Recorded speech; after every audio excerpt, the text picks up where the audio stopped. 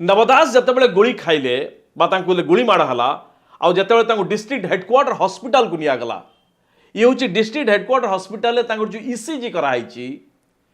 ए report कहूँ जे यह हूँ नवदास ईसीजी रिपोर्ट जितेबाला डिस्ट्रिक्ट हेडक्वार्टर हॉस्पिटल ईसीजी करा जाइतला तबे ए ईसीजी रिपोर्ट को नहीं अनेक कथा आसुची जे ईसीजी रिपोर्ट को जी देखिबो ए ईसीजी रिपोर्ट स्पष्ट कहूँ जे जितेबाला ईसीजी रिपोर्ट निया जाइछि सेतेबाला नवदास जीवित नाहांती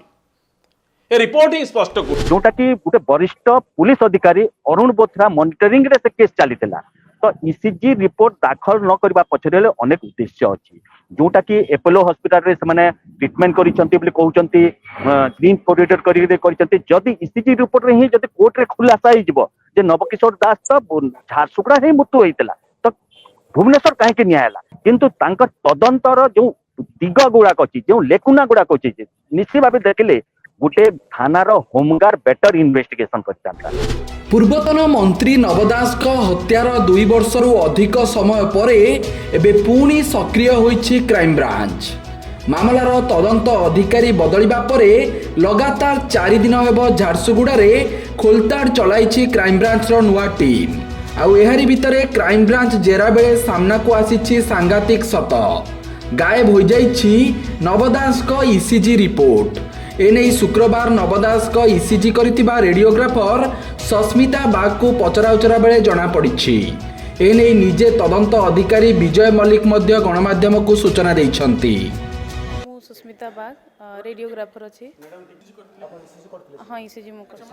ईसीजी रिपोर्ट चार्जसीट अच्छी कि ना मुझे डॉक्यूमेंट न देखी कहि पारे मेडिकल नहीं नहीं से प्रोड्यूस कर पाइले नहीं तबे गुलिकांड पर नवम को झारसुगुड़ा जिला मुख्य चिकित्सालय को अणा जाइतिबा बेले सेठारे तांकर ईसीजी करा जाइतिला हेले एबे कुआडे गला नवदास ईसीजी रिपोर्ट ताकू नहीं बड़ प्रश्न उठिछि तेबे राज्यर प्रथम गणमाध्यम भावे सत्यपाठ गत 2023 फेब्रुआरी 2 तारिख रे एही ईसीजी रिपोर्ट प्रकाशित करितिला एही रिपोर्ट को देखिले झारसुगुड़ा रे ही नवंक मृत्यु होइतिबा जणा पडुतिला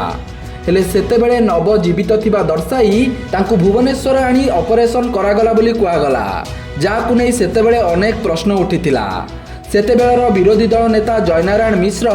विधानसभा रे मध्य ए ईसीजी रिपोर्ट देखाई सरकार को घेरिथिले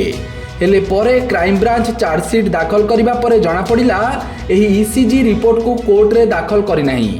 एबे नुआ टीम रो तदंत बेले एही ईसीजी रिपोर्ट गायब थिबा सामना को आसीछि एबे एही ईसीजी रिपोर्ट किए ओ काहे की गायब कला एहा पछरे किछि बड़ षडयंत्र अछि कि एभली अनेक प्रश्न उठुछि।